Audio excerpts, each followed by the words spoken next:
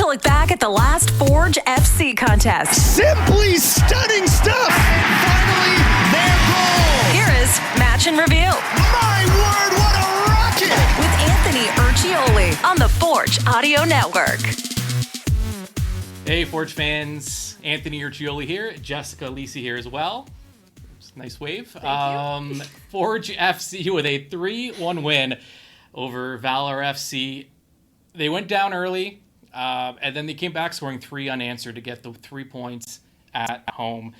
Bobby Smyrniotis, post-match, talked about their start. Let's listen to what he had to say.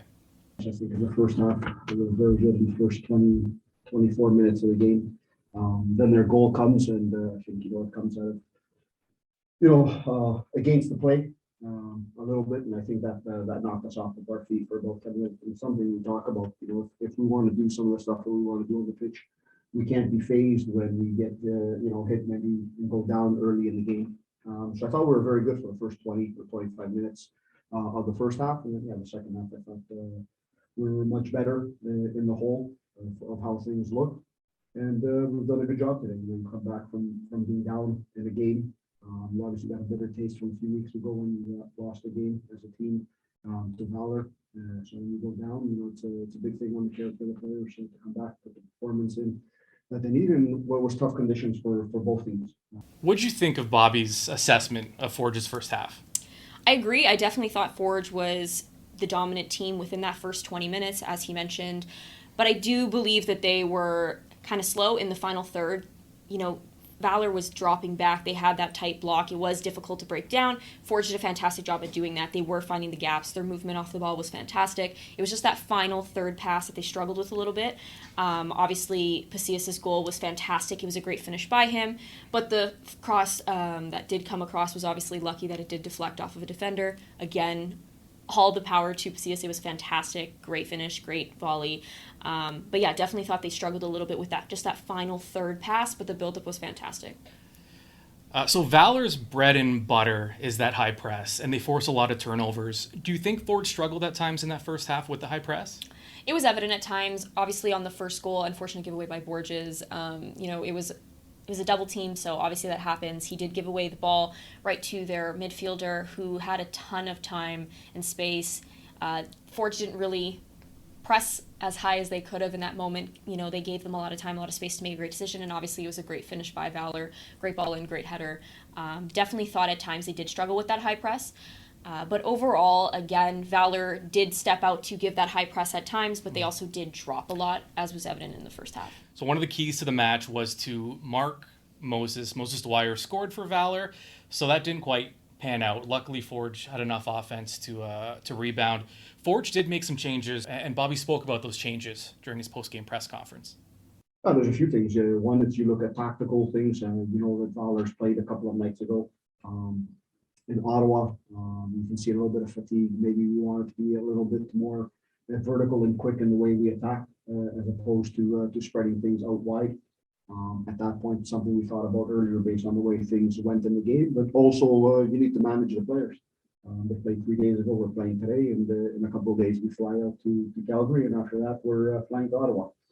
So you got to manage the minutes. We have the depth in the squad, so sometimes it's easy to move pieces around, and the guys that went in did an excellent job in not only keeping good tempo in the game, but just a little bit changing the look that we had for the field, and I think that made it a little bit difficult for the opponents as well.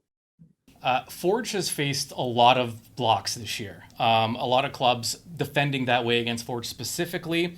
Bobby talks a lot about breaking down blocks and having a lot of movement off the ball. Just when we hear blocks, what are we talking about? Yeah, a lot of times with the block, it's very frustrating to play against, very frustrating to break down. Forge did a fantastic job, I thought, in the first half. They really were patient on the ball. They were able to find those gaps. That is the most difficult part of breaking down a block. So, for example, a lot of times in a block, it's a team really keeps their shape. They're compact, they're tight, they are shifting together. The goal of the opposition would be to break them down. again, Forge did a fantastic job with that. They were able to find those gaps. The goal of breaking down a block would be to draw a player out of position. So, for example, if you're a midfielder and you have the ball at your feet, you're able to dribble at someone, draw them out of position so someone can make that run or you can slip the ball through. And again, I thought Forge did a fantastic job with that in the first half for sure. And it takes a lot of patience. It does. It definitely takes a lot of patience. Yeah, and when you...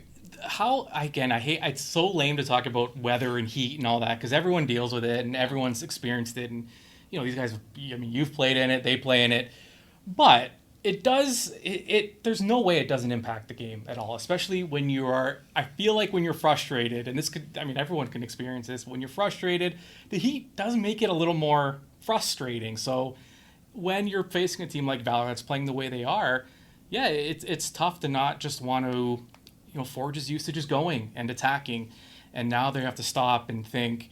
So does the weather, does it play a factor in this? It definitely does. When you're a player and you're frustrated for other reasons during the game and, you don't have to worry about the heat, but it always plays a factor. Sure. You're fatigued. Everything just becomes that much harder in your brain, and it does lead to mess ups and as well as injuries at times. But, both teams had a quick turnaround, so both of them did well with the heat, I would say. But yeah, it definitely plays a big factor at times. So let's talk about the second goal. Becker creates a turnover. Again, press. We hear that a lot in this league. So what did you see on that second goal? Becker made a fantastic read on the play. Anytime a player does have their back to goal, you need to press them. They're facing their own goal. And it's not something, you can teach it, but there's an instinct that has to take over. And Becker's been around long enough now. Yeah, absolutely. That the timing was, it couldn't have been more perfect. Yeah, he definitely read the play fantastically, great timing, and then his decision-making afterwards was even greater because he was able to be patient with the ball. Most players would have probably just forced that shot.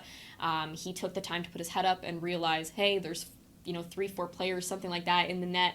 I'm going to find the open man in front of the net, and obviously fantastic finish. And that was impressive because we were even what's he doing? He's holding too long, and he made the perfect play. We talked about the changes for the second half. Terran Campbell came on. Bobby talks a lot about Campbell, and the goals aren't necessarily there. He was brought in to score a lot of goals. He's had some bursts, but a lot of talk about how hard he works in training, how hard he works off the ball, that he deserved these goals.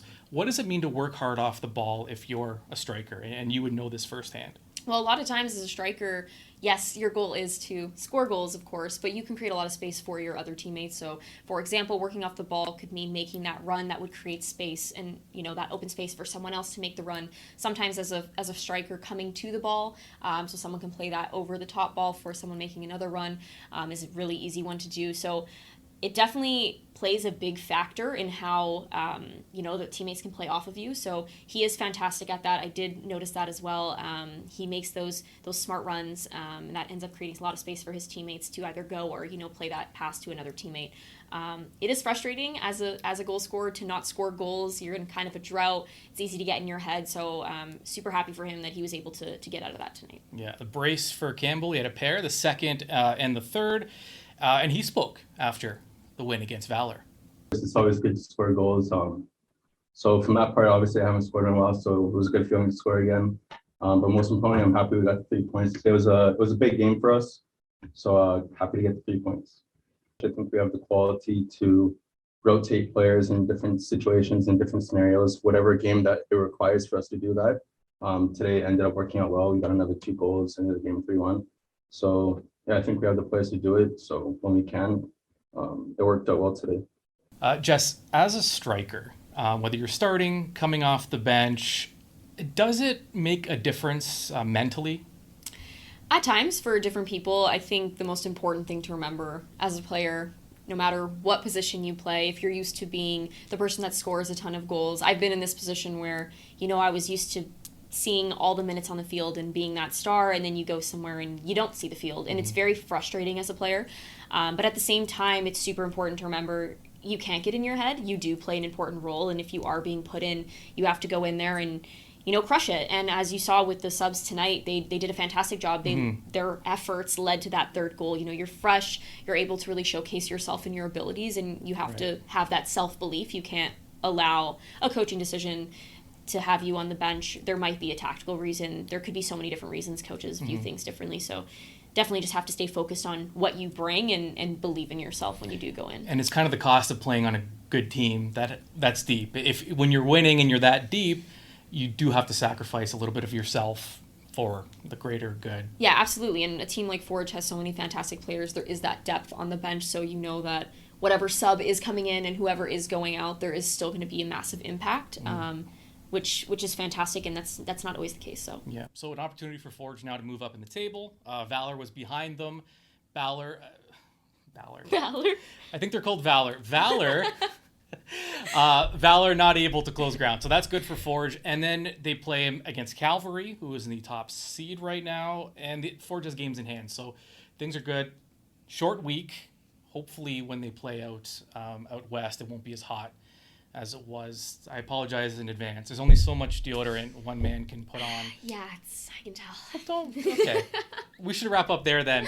So, yeah, next match for Forge is a midweek clash with their rivals, Cavalry FC, for Jess Lisi. Wave now. That's my cue. I'm Anthony Urciuoli. We'll talk to you soon.